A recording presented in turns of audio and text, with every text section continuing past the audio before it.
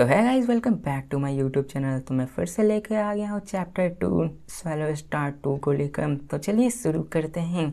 तो जैसा कि हमने पिछले एपिसोड में देखा कि लू फेंग ने एक बंदे को पकड़ लिया होता है ताकि वो उससे सिंपली एक डायरेक्शन को पूछ सके। और फिर हमें मो यूहू को दिखाया जाता है जो कि बहुत बहुत ज़्यादा डर चुका होता है और वो अपने बोट को छोड़ने की हिम्मत भी नहीं कर रहा था, लेकिन फिर भी वो कैसे भी करते उससे बाहर निकलता है। और जैसे ही वो वहाँ लैंड करता है वो अपने घुटनों पे आ जाता है और कहता है मोहू ग्रेट्स द वेनरेबल। और वो पूरी तरह से डर चुका होता है क्योंकि इतनी सारी मेहनत के बाद जाके उसे ट्रेजर मिला होता है।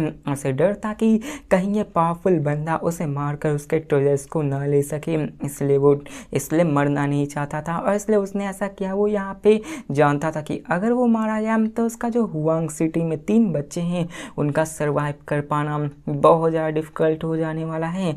अब लू फेंग उसे देखकर कहता चलो मैं तुमसे पूछना चाहता हूँ कि आखिरकार यहाँ पे केओस स्टेट कहाँ है। तो ये सुनकर मोह्यू पूरी तरह से हैरान हो जाता है कि क्या ये बंदा सिर्फ डायरेक्शन पूछ रहा है। तो मोह्यू बड़े ही जल्दी से रिस्पेक्टफुली कहता है योर मैजेस्टी, ये अभी नानजियांग केओस परफेक्चर है जो कि युआन कंट्री में मौजूद है।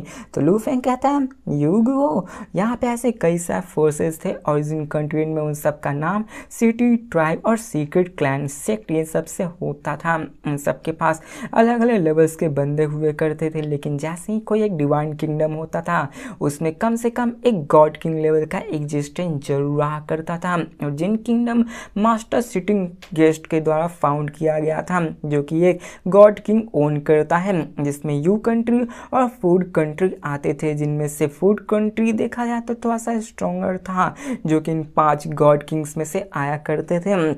यहाँ पे लू फेंग सोचता है कि द कंट्री ऑफ फूड और कंट्री ऑफ यू ये दोनों एक ही बगल में रहा करते। बट अनफॉर्चुनेटली यहाँ पे जब वो ब्रेक थ्रू किया होता है इनकारनेशन के बाद तो वो सिंपली यू कंट्री में आ चुका होता है और अगर वो फूड कंट्री में जाता तो उसके लिए थोड़ी सी दिक्कतों का सामना करना पड़ सकता था। वो सोचने लगता है कि जब मैं यहाँ पे 9 ट्रिब्यूलेशन सीक्रेट कोडेक्स को लेकर आया था और जब मुझे स्टार टावर मिला था तो ये सभी मुझे माउंटेन सिटिंग गेस्ट की मदद से मिला होता है और सिंपली उसे जिन वर्ल्ड की इनहेरिटेंस भी मिली होती है और साथ में उसे ली युआन टेक्निक भी मिली होती है। और वो कहता है मास्टर तो बहुत ज़्यादा कांड थे जो कि मुझे उन्होंने इतना सारा कुछ दिया है। यहाँ पे उसे अपने मास्टर की बात भी याद आती है कि जिन्होंने कहा था कि अगर तुम फ्यूचर में गॉड किंग बनते हो तो तुम्हें हमेशा अपने मास्टर के साइड ही रहना होगा। मतलब ये कि तुम चाहे कमज़ोर हो अभी तुम्हें इन सारे लफड़ों में नहीं पड़ना है, जब तुम गॉड किंग बन जाओगे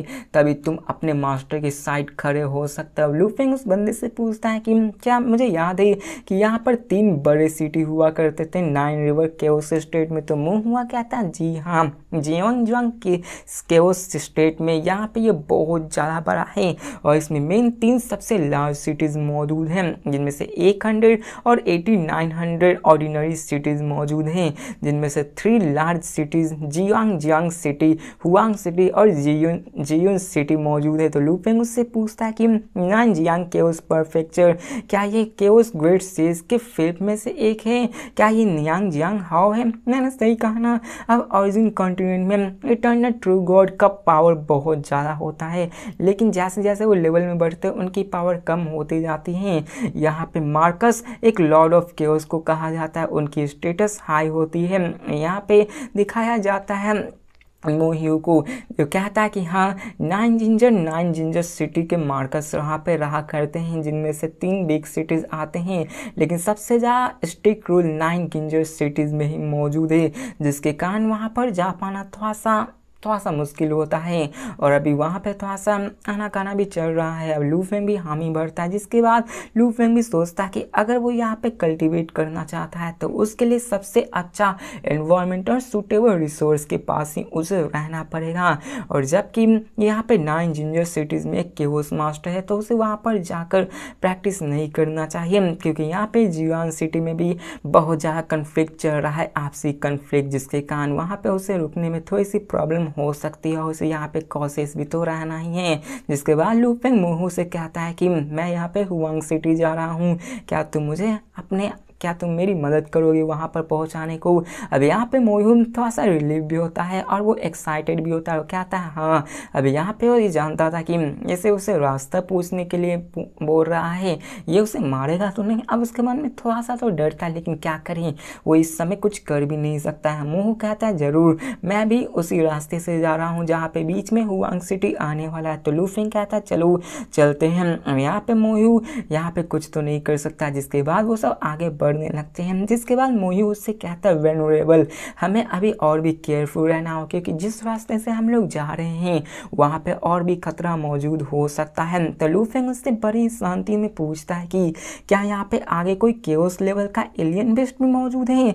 तो मोहू कहता है ऑफ कोर्स नहीं, यहाँ के पूरे 9 जियांग केओस में सिर्फ एक ही केओस लेवल बीस्ट मौजूद है, जो कि यहाँ पे अभी मॉकिंगयॉन्ग लेक की गहराई में रहा करता है। यहाँ पे कोई भी दूसरा केओस लेवल का बीस्ट मौजूद नहीं है। तो लूफिंग कहता है तो फिर तो कोई भी चिंता करने वाली बात नहीं है। जिसके बाद वो आगे चलने को कहता है। अब ये सुनकर मोहू का दिल कांप सा जाता है, क्योंकि जब लूफिंग ने कहा होता है कि यहाँ पे केओस लेवल एलियन बीस्ट के रहते हुए यहाँ पे उसे कोई भी दिक्कत नहीं आने वाली है, तो वो सहम सा जाता है, क्योंकि केओस लेवल बीस्ट के नीचे के जितने थे उसके लिए वो भी बहुत ज़्यादा पावरफुल थे। लूफिंग तो उनको कुछ समझ ही नहीं रहा होता है। जिसके बाद मोहू उन सबसे कहता है कि वेनरेबल, यहाँ पे मैं जान सकता हूँ, मैं यहाँ पे कहता हूँ कि यहाँ पे आगे हो सकते हैं कि इटर्नल ट्रू गॉड लेवल के एलियन बीस्ट भी आ सकते हैं। लूफिंग हामी बढ़ता और ज़्यादा कुछ नहीं कहता। अब eternal true God level alien beast ये लूफिंग के ही लेवल पे था। लूफिंग सोचने लगता है कि मैं ऑरिजिन कॉन्टिनेंट खुद से आया हूँ और मैं अभी बहुत ही गरीब हूँ, मेरे पास कोई पैसे नहीं है, क्योंकि ये दूसरे वर्ल्ड में आया हुआ है, तो अभी उसके पास पैसे तो रहेंगे नहीं। और वो सोचता है कि मैं अभी इंतज़ार कर रहा हूँ कि कब मुझ पर एक इटर्नल ट्रू गॉड लेवल का एलियन बीस्ट अटैक करे, ताकि वो उन सबको मारकर उसके स्किल्स 200 ब्लड एसेंस को लेकर उसको बेचकर पैसे कमाया जा सके, ताकि वो उससे रिसोर्सेज को एक्सचेंज कर सके, क्योंकि वो अभी बहुत ज़्यादा गरीब है। अब लूफिंग जानता था कि उसके पास अभी बहुत ही प्रीशियस चीज़ मौजूद है, जैसे god king level weapon star tower, god king level knife एम्ब्रॉय blood shadow knife, eternal god level mechanics flow treasure वू फेदर विंग्स, जिसे कि अभी लूफिंग कतई नहीं बेच सकता। और उसको बेचे बिना तो लूफिंग गरीब ही रहेगा ना, क्योंकि उसके पास पैसे ही नहीं थे। अब लूफिंग के लिए सबसे ज़्यादा ज़रूरी अभी वो फेदर विंग्स होने वाले थे, जो कि उसे बचने में मदद करेंगे और लूफिंग को ये स्ट्रॉन्ग भी बनाते जाएंगे। लूफिंग के लिए तो start out blood shadow knife भी बहुत ज़्यादा इंपॉर्टेंट और प्रोमिनेंट रहते थे। अब लूफिंग इन सब के बारे में सोचने लगता है और कहता है कि मुझे जो भी इन्फॉर्मेशन मिली है अपने मास्टर माउंटेन सिटिंग गेज से, उनके अनुसार मुझे अभी गॉड किंग से लफड़ों में नहीं पड़ना है, लेकिन यहाँ पे पता है कि मुझे यहाँ कई सारे बीस्ट भी ऑक्यूपाई किए होंगे टेरिटरी को, जिसको मारकर मैं पैसे कमा सकता हूँ। और वो इन सब के बारे में सोच रहा था। अब यहाँ पे लूफिंग थोड़ा सा अमेज भी होता है और कहता है कि ये एलियन बीस्ट की इंटेलिजेंस बहुत ही लो होती है, लेकिन फिर भी उनकी जो पावर है वो बहुत ज़्यादा होती है। क्या आप बता सकते हो कि आखिरकार उन सब की ब्लड लाइंस इतनी ज़्यादा पावरफुल कैसे होती है। यहाँ पे वो उसको इन्फॉर्मेशन के बारे में थोड़ा सा पता था कि इन सब के पास एंचेस्टर की जनरेशन की एंचेस्टर की पावर होती है, जिसके कारण ही वो स्ट्रॉन्ग होते हैं। आपने पहले तो ये जाना होगा कि जिसका एंचेस्टर जितना ज़्यादा स्ट्रॉन्ग होगा उतना ही ज़्यादा उसके आने वाले बच्चे स्ट्रॉन्ग पे स्ट्रॉन्ग होते जाएंगे।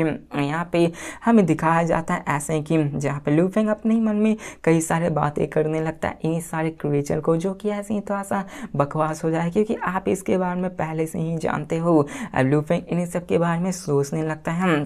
अब वो लोग आगे बढ़ने लगते हैं और अब फिर हमें सीन चेंज कर लूफिंग के अंदर स्मॉल यूनिवर्स का सीन दिखाया जाता है, जहाँ पे एक बहुत बड़ा पेड़ होता है और इसी जगह पे यहाँ पे लूफिंग और युआन जो भी एक दूसरे की तरफ चेहरे देखकर खड़े बैठे हुए होते हैं, दोनों वाइन पी रहे होते हैं। और यहाँ पे समझो तो ये लूफिंग का इंटरनल वर्ल्ड है, जहाँ पे अभी लूफिंग आया हुआ है और वहाँ पे वो दोनों डिवाइन पावर इनकॉर्नेशन को सीख रहे होते हैं। और अब फिर हमें युआन एंसेस्टर को दिखाया जाता है, जो लूफिंग से कहते हैं कि देखो मेरी बातें ध्यान से सुनो, मैं जानता हूँ कि अभी तुम ओरिजिन कंट्रीन में आ चुके हो अपने री इनकारनेशन चैनल को यूज़ करके, लेकिन अभी तुम्हें अपने आप को ख्याल में रखना होगा क्योंकि अभी तुम किसी सुप्रीम रूल्स के रिस्ट्रिक्शन के अंदर नहीं हो। तो लूफेंग उससे पूछता कि एंचेस्टर क्या यहाँ पे आप जानते हैं कि किस ओरिजिन कंट्री में हम लोग अभी हैं? तो युवान जो कहता है कि अभी हम लोग ओरिजिन कंट्री में हैं जहाँ पे आगे चल के तुम्हें tens of thousands of livings being मिलेंगे जो कि एक ट्राइब में है जहाँ पे एडल्ट्स भी ट्रू गॉड लेवल पे होंगे, जिनके अंदर में एक वर्ल्ड ट्रू गॉड भी होगा जो कि बहुत ही मेरे प्रति काइंड हुआ करते थे। मैंने इन सब को इंट्रोगेट किया और पता चला कि ये लोग एंशिएंट किंगडम ऑफ यानफेंग से आया करते हैं। लूफिंग यहाँ पे हैरान होता है और कहता है कि ये ancient kingdom of burning wind से है क्या? तो युवान जो उससे पूछता है कि बताओ आके एंशिएंट फ्लेम कंट्री कैसा है?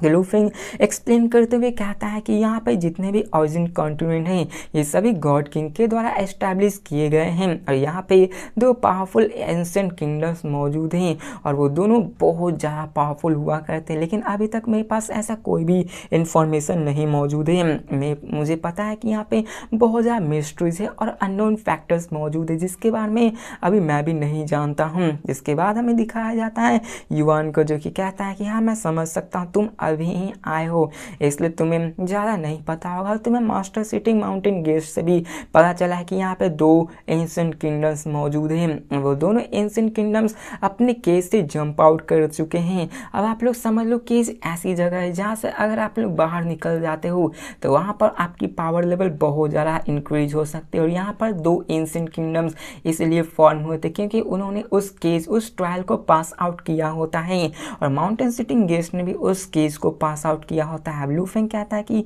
हाँ मैं समझ सकता हूँ, लेकिन यहाँ पे मैं ये भी जानता हूँ कि अभी हम लोग सिर्फ गॉड ऑफ किंगडम के अंदर ही सरफेस पे हैं।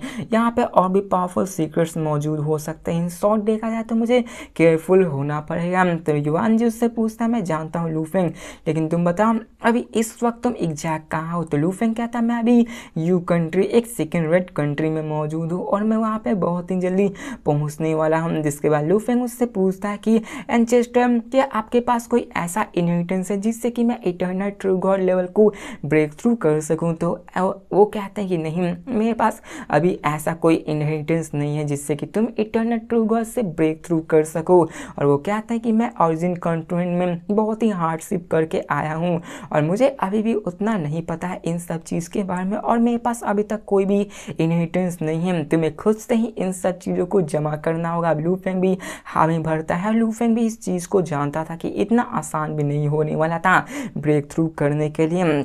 और अब फिर हमें दिखाया जाता है लूफिंग को जो उससे कहता है कि मेरे पास कुछ है जो कि हेरिटेज है जो कि मुझे असल में मेमोरी स्टोन से मिला हुआ था जो कि आपके लिए थोड़ा सा फायदेमंद हो सकता है। अब ये सुनकर लूफिंग आगे कहता है कि इस इनहेरिटेंस को नाइन नाइटमेयर रियलम कहा जाता है। एंचेस्टर ये आपको सूट कर सकता है। मैंने इसको इनहेरिटेंस की थी लेकिन यहाँ पे मैं सिर्फ उसके अपर हाफ को ही कंप्रीहेंड कर पाया हूँ। शायद ये आपके लिए बहुत ही इंपॉर्टेंट हो सकता है। जैसे ही इस बात को सुनते हैं तो वो हैरान हो जाते हैं, उनकी आंखें चमकने लगती है कि ये एक लेगेसी है जो कि इटर्नल ट्रू गॉड की है। जिसे जानकर इवान जो कहते हैं थैंक यू और वो बहुत ज़्यादा एक्साइटेड होते हैं क्योंकि उन्हें भी अपनी कल्टीवेशन पे ध्यान देना था। जिसके बाद वो उसको क्या खोलते और कहते हैं कि लूफिंग ये नाइन नाइटमेयर रियलम मेरे लिए बहुत ही सूटेबल है। तो लूफिंग स्माइल करते हुए कहता है कि ये अच्छी बात है कि आपके लिए ये फिट है। लूफिंग ने भी उन इनहेरिटेंस को पढ़ा था लेकिन ये उसके लिए उतना सुटेबल नहीं था। अब उन दोनों में ऐसे ही बातें होने लगती है। जहाँ पे समझ लो तो ऐसे ही तो ऐसी पर्सनल बातें होती है जिसको मैं नहीं रिपीट करूँगा क्योंकि ये बोरिंग हो जाएगा और यहाँ पे कुछ भी सारी चीज़ें बकवास लिखी हुई होती हैं। और अब फिर यहाँ पे हमें दिखाया जाता है दूसरे जगह के सीन को जहाँ पे कई सारे बीस्ट रोड कर रहे होते हैं। एक अलग ही प्लानिट पे कई सारे बर्ड्स चर्ट कर रहे होते हैं। वहाँ पे कई सारे फ्लक्चुएशन स्प्रेड हो रहे होते। वहाँ पे कई सारे डिस्ट्रक्टिव एबिलिटी भी बहुत ही प्रोड्यूस हो रही होती। वहाँ पे समझ लो एक फाइट के ही कैसी हो रही होती है, वहाँ पे अलग ही फाइट का सीन था। और इसी के साथ दिखाया जाता है वहाँ पे स्पिरिचुअल फ्लैक्चुएशन होता है, जिसके साथ ही वहाँ पे लू फेंग, उसका सर्वेंट मोरोसा और मोहुआ आ चुका होता है। वो सभी अभी हुआंग सिटी की तरफ बढ़ रहे होते हैं। या फिर हमें दिखाया जाता है वो हुआंग मोहुआ को जो सारी चीज़ें बता रहा होता है और कहता है यहाँ पे इटर्नल गॉड है, ये सभी ट्रू गॉड ऑफ इटर्निटी में से आ रहा था। अब जैसे ही लू फेंग वहाँ पे आता है तो उसकी power eternal true God level की होती है। तो उसके आने पर ही जितने भी सारे बीस्ट होते हैं वो सभी शांत हो जाते हैं, मानो वहाँ का कोहरा ही अलग हो चुका था। सब लोग, किसी भी बीस्ट में इतनी हिम्मत नहीं थी कि वो एक सा भी आवाज़ कर सके, और सभी चीज़ पूरी तरह से शांत हो चुकी होती है। और फिर हमें यहाँ पे दूसरे बंदों का सीन दिखाया जाता है जो कि वहाँ पर भी मौजूद थे। और इसी के साथ हमें लू फेंग का भी सीन दिखाया जाता है जो कि अपनी टीम के साथ आगे बढ़ रहा होता है। और आगे मोहुआ को दिखाया जाता है जो कि इस फीलिंग को लेके इंटॉक्सिकेटेड हो जाता है, क्योंकि यहाँ पे जैसे ही लू फेंग आया होता है वहाँ पे सब चीज़ शांत हो चुकी थी, सब ने अपने ब्रीथ को भी रोक लिया होता है। लू फेंग मोरोसा आगे बढ़ने लगते हैं और लू फेंग भी इन सब को महसूस कर पा रहा होता है कि उसके आते वक्त ही सारे इंटेलिजेंस लाइफ वो अपने सांसों को थाम लिए होते हैं। वो कहता है कि ये उनके लिए अच्छी बात है, ये वो स्मार्ट भी है क्योंकि वो अपने ऑरा को हाइड करके अपने आप को बचाना चाहते हैं। अब लू फेंग चाहता भी नहीं था कि वो इन सारे वीक बीस्ट से फाइट करे, वो सिर्फ यहाँ पे स्ट्रॉन्ग बीस्ट को हंट करके अपने पैसों का जुगाड़ करने के लिए आया हुआ था। और जबकि वो वीक से लड़ेगा तो ये उसके लिए वर्थ इट भी नहीं करने वाला था। इसके बाद हमें मो यूहू को दिखाया जाता है जहाँ पे लू फेंग से कहता है वर्न लेवल सामने देखिए, सामने एक eternal true God level beast मौजूद है जो कि एक बीस्ट होता है जिसका नाम हॉर्न स्नेक होता है। उसकी लेवल भी इटर्नल ट्रू गॉड लेवल पे होती है। लू फेंग भी उसको देखकर हैरान हो जाता है क्योंकि वो उसके लिए बहुत ही फायदेमंद होने रहा था। और जबकि वो एक internal true God level beast था तो अगर लू फेंग उसको मारता है तो उसको पैसे की प्रॉब्लम सॉल्व हो सकती है। और जबकि वो यहाँ पे ऑरिजिन कंट्रीन में आया था तो वो रिसोर्सेज के बारे में सोच रहा था। अब लू फेंग कहता है कि उसने अभी तक अपने ऑरा को वो ट्रू गॉड लेवल तक में आया है और अभी तक वो डर कर नहीं भागा है। और मोरोसा ने अपने लेवल को कंप्रेस किया था, अपने ऑरा को घटा वो ट्रू गॉड में रखा होता ताकि सामने वाला बीस्ट उससे डर कर न भाग सके। और उसने अभी फैसला किया होता कि वो अपने लेवल को कंसील करके रखेगा। लू फेंग भी समझ जाता है इन सारी चीज़ों को। अब लू फेंग, मोरोसा और मोहुओ वो आगे बढ़ने लगते हैं उस हॉर्न स्नेक के सामने। तो इसी के साथ हमारा ये वीडियो भी खत्म होता है। तो मिलते हैं नेक्स्ट वीडियो में और देखते हैं कि आगे क्या होने वाला है। क्या लू फेंग उस eternal true God level beast को मार पाया या फिर नहीं। तो मिलते हैं नेक्स्ट वीडियो में, तब तक के लिए बाय।